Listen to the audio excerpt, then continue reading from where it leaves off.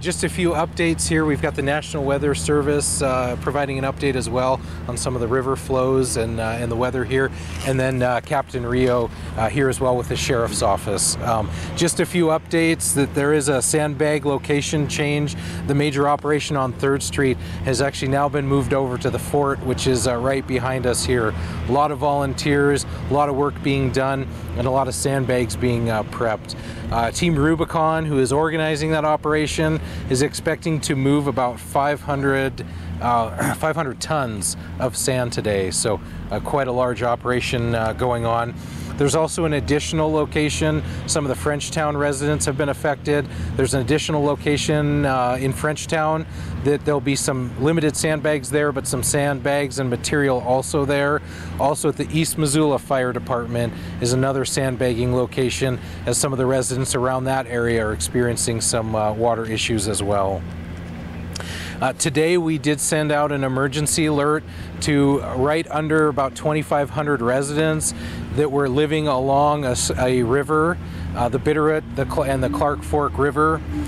Just warning them that right now we do have a small decrease, but we are anticipating next week to see that increase happen again. Just to be affected, give them some time notice that they may be affected with the rising water that we're expecting next week as well. No additional evacuations happened last night. Now we'll turn it over to Ray with the National Weather Service for an update. Thanks, Mel. So the Clark Fork River's still rolling at really high levels. It's the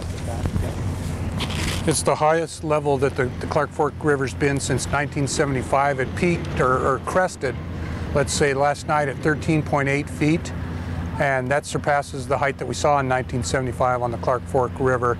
You know, all this water that's coming down the Clark Fork River's result of the snow melt that's been occurring up in the Blackfoot and Clark Fork drainages.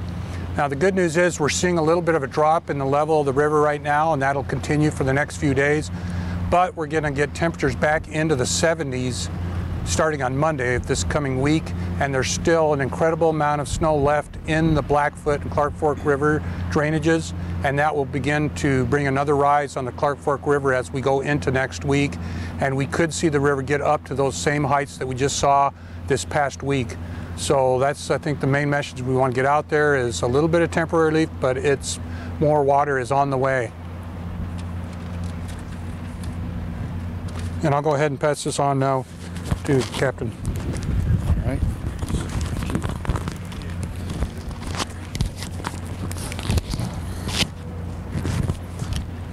So I guess as far as the message from the Missoula County Sheriff's Office, one of the things that Sheriff McDermott just wanted me to pass along is just, it is so great to see the community effort. It is so great for all kinds of people in Missoula to come together and help their neighbors, help people that aren't their neighbors, but you know, people that they don't even know. We have so many volunteers, and so we just wanted to say that we really appreciate that. We appreciate this effort, just for people to come together and help in any way they can.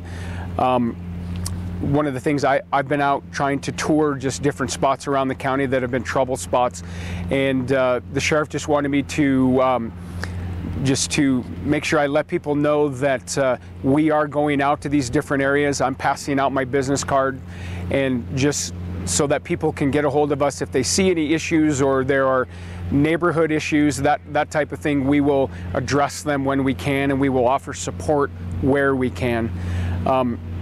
We did, as Mel pointed out, we did push out, have the Office of Emergency Management push out the Smart 911, the Rave Alert. We're just asking people if you would just sign up for Smart 911 so you'll get these messages.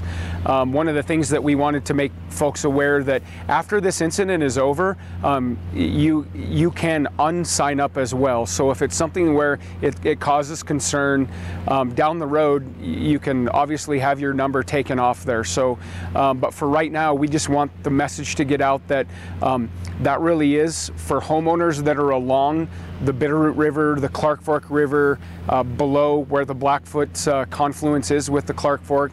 if you're along the river on either side, we just really want people to, we've pushed out that warning, I guess, and that is the warning that there is obviously flooding in the area. It was, you know, with that 2,500 homes, it was just too big of an operation for the sheriff's office to go make contact personally. However, we do want people to know that in the same way, if there are situations where we have to do evacuations in certain zones, those messages will be pushed out, but we will also be sending out deputies to make personal contact. So we don't have to worry about that in that area. This is a great time for people to take a breath with a little bit of the receding water, catch your breath, get some rest, but at the same time, we're just asking folks to please don't let your guard down. Let's get in through this next week and these next coming weeks, and we're going to see where the weather and what this brings. So we just once again just want to say thank you to everyone for the continued community involvement in this incident, and we're going to be doing everything we can do to help. So, any questions? Let's talk about the trailers. What are we doing with the trailers? So we did see part of another trailer that broke loose. You know, we're unsure where some of that flowed down to. We did see some of it along the river banks, but again, you know, just as we talked about yesterday, there's debris, and there's a lot of debris in that water. I saw whole trees coming down when I was at one of those bridges, knocking into banks and, you know, disrupting kind of that area. So it's a message that, again, we need the people to be cautious while they're out there if they're working. Recreating is an issue right now. We did see some rafts coming down an area, and it's not, from a safety standpoint, it just, we need to be careful. And are you going to try, I mean, now that the water's receding a little bit, are you going to try to get back in closer to those trailers and maybe drag them out or something? Yeah, we'll be talking about that at our briefing to see if the levels go down enough to where our people can safely get in there and accomplish the task of removing some of that debris and getting it back in. And any more floating propane tanks? Anything interesting like that? No, you've been seeing? not that has been reported. Okay, any sight of the floating propane tank? Not that's been reported. And we heard maybe it was just a smaller propane tank, not one of the larger ones. Okay. There may have been some misinformation about that. and I guess that is one thing I didn't cover that I should have, is that the on the Office of Emergency Management website, that see something, say something link, that has been working out very well. So just a big thank you to the public for that, to go on there if you see something and it's not something that you would think you would want to call 911 for, but you would like to report, have somebody look at it. We've been getting, just I would say probably tens of reports a day, and it has been so handy for us that we're not letting anything fall through the cracks. So once again, we appreciate that as well. And any idea how many people have volunteered in the last couple of days? I don't have that number specifically. Team Rubicon, I just can't say enough. They have just come out and organized the volunteers, organized the sandbagging efforts here.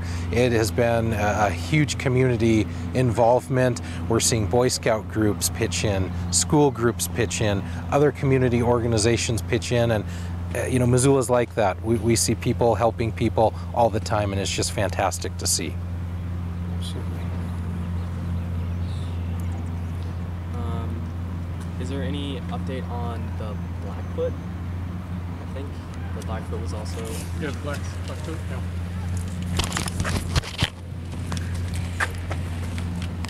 Yeah, the Blackfoot River is receding also.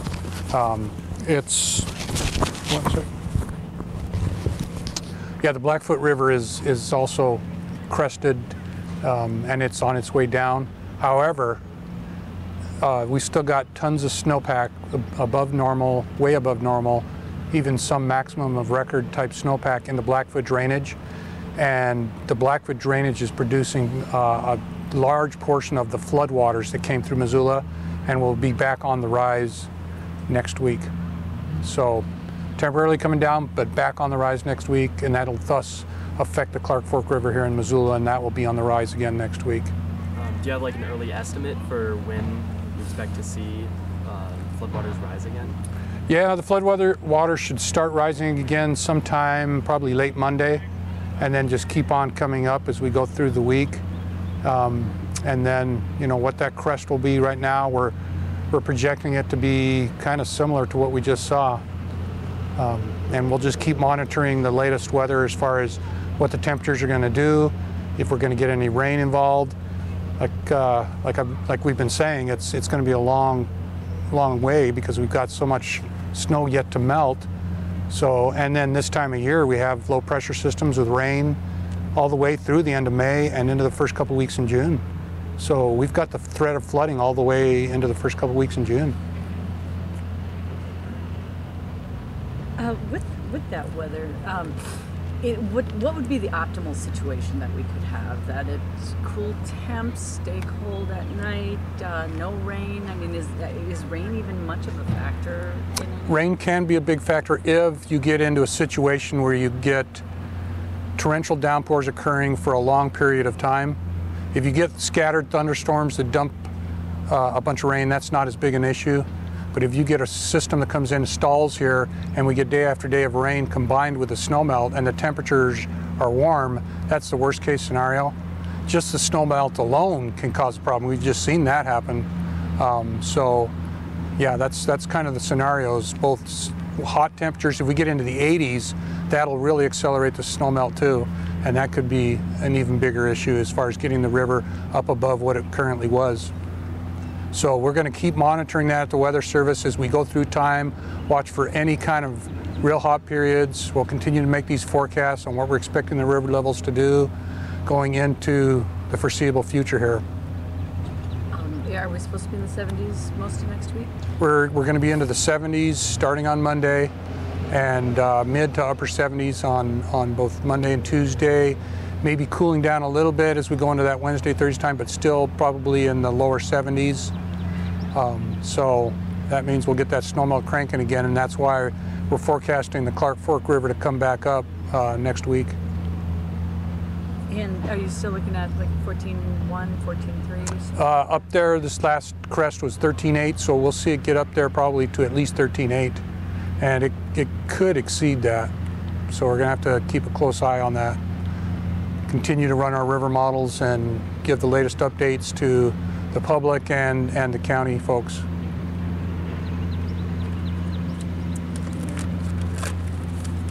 Anything else you'd like to add? Oh, should probably say the Bitterroot's going to be on the rise too. Oh, okay. So the Bitterroot River hasn't caused a huge problem yet, but there's still a lot of snow to melt in the Bitterroot. And that means, you know, a bigger problem downstream just to the east of Missoula, or to the west of Missoula, I'm sorry, where the Bitterroot and Clark Fork River come together, because we'd be pushing a lot of water down the Clark Fork. Then you combine the Bitterroot in there, and this area just to the west of Missoula going down towards Frenchtown, so all along the Clark Fork River there, next week we'll be having a big problem. Yeah, I saw it, one of the gauges, I don't know if it was the USGS or something like that, where it was running at about 50,000 CFS. Down below where... Oh, at the Clark Fork below Missoula? That sounds about right. Somewhere in that 50,000 cubic feet per second range. Because we were pushing about 30,000 on the Clark Fork alone, and then with the Bitterroot contribution, yeah. So I spoke with a rancher the other day, and he says, I'm opening all of my irrigation gates and we're just flooding my fields in order to take some pressure off of the rivers. Yeah. If irrigators were to do that, would that make a difference? No. I don't think so. Yeah, that's a very minimal part of that overall flow of water. It makes no difference. Opening canals and letting water through at this point is probably not the best idea. And why is that? Well, you could actually end up flooding areas that are getting water coming in from other smaller streams. So yeah, I wouldn't recommend doing that. thought he was a hero. Yeah, it's not enough water to take out of the river to make any difference. Mm-hmm. And are we still getting the groundwater? Oh yes, that groundwater is a big problem. Some of the groundwater flooding is almost as bad as the surface water flooding. I mean, when the river comes up, our groundwater tables are so low that they cannot enter back into the river, and so you just see groundwater popping up everywhere, and it gets deep. It gets feet deep, and that is a big flood issue, is groundwater flooding.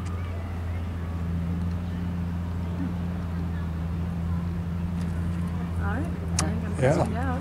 Yeah, great. Are we going to Oh, the thanks. colonel is Yeah. on his way?